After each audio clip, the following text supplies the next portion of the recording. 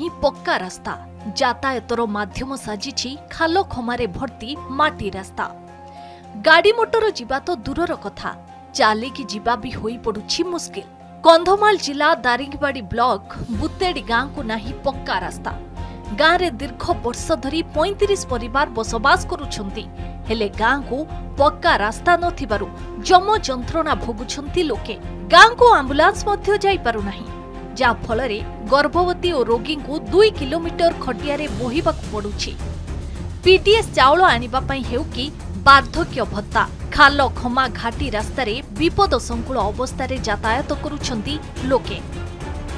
ଖରାଦିନେ ଯେନତେନ ଚଳି ଯାଉଛି, ହେଲେ ବର୍ଷା ହେଲେ ପୁରା ବେହାର। ଯାତାୟତ କରିବା ସମ୍ପୂର୍ଣ୍ଣ ଠପ୍ ହୋଇଯାଉଛି। ଏବେ ତ ରାସ୍ତାଘାଟର ସୁବିଧା ନାହିଁ, ଯେହେତୁ ରାସ୍ତାଘାଟ ଆଉ କେତେବେଳେ ଟିକେ ମାଟି ପକେଇଦେଲେ ତ ଚାଟ ପରେ ବର୍ଷାରେ ଧୋଇ ନେଉଛନ୍ତି। ଏମିତି କି ଆମେ ଏଠି ଦୀର୍ଘ ବର୍ଷ ବସବାସ କରୁଛୁ, ଯେହେତୁ 100 ବର୍ଷରୁ ଉର୍ଦ୍ଧ୍ୱ ହେଲା, କିନ୍ତୁ ଏଠି ବସବାସ କରିକି ତଥାପି ଆଜି ପର୍ଯ୍ୟନ୍ତ ବି ରାସ୍ତାଟି ଲୋକ ସରକାର କରିଦେଉନାହାନ୍ତି।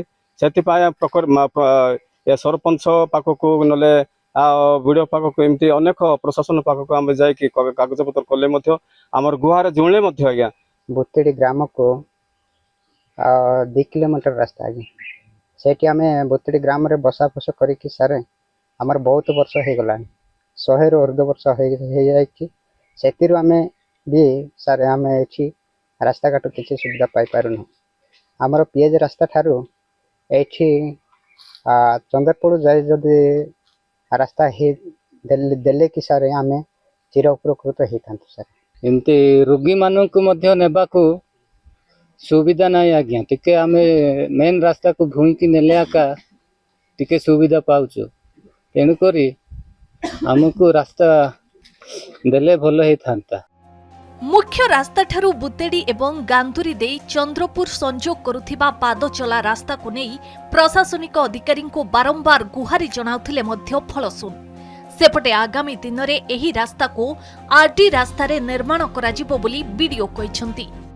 ଦୁର୍ବଳ ବେଶୀ ଲାଗିଲା, ଏ ରାସ୍ତା ତ ଭଲ ନାହିଁ ବୋଲି ମୁଁ କହିକି ଆଉ ଘରକୁ ଫେରେଇକି ଆଣବାରୁ ଡକ୍ଟରକୁ ଜବରଦସ୍ତ ଘରକୁ ଡାକିକି ଇଞ୍ଜେକ୍ସନ ପତ୍ର କରିଆଇବାରୁ ମୁଁ ଟିକେ ଭଲ ଲାଗିଲା। ଆମେ ବିଡିଓ ପାଖକୁ ଯାଇଥିଲୁ, ଦାରିଙ୍ଗବାଡ଼ି ବ୍ଲକ ବି ଯାଇଥିଲୁ, ଏମଏଲ ପାଖକୁ ବି ଯାଇଥିଲୁ, ଆଜ୍ଞା କେହି ଶୁଣିଲେନି। ଆମର କରିବା କହିଲେ, କିନ୍ତୁ ଆଜି ପର୍ଯ୍ୟନ୍ତ କୋଉମାନେ ବି ଏଠିକି ଆସିଲେନି କି ଆମ ଅନୁରୋଧ ବି ସେମାନେ ରକ୍ଷା କରିପାରିଲେନି। ଆଉ ଯେତେବେଳେ ଭୋଟ ହୁଏ ଆଜ୍ଞା, ଇଲେକ୍ସନ ହୁଏ, ସେତେବେଳେ ସମସ୍ତେ ଭୋଟ ପାଇଁ ଦୌଡ଼ି ଆସନ୍ତି, ଆଉ ରାସ୍ତା କରିବା କୁହନ୍ତି, କିନ୍ତୁ କରନ୍ତି ନାହିଁ।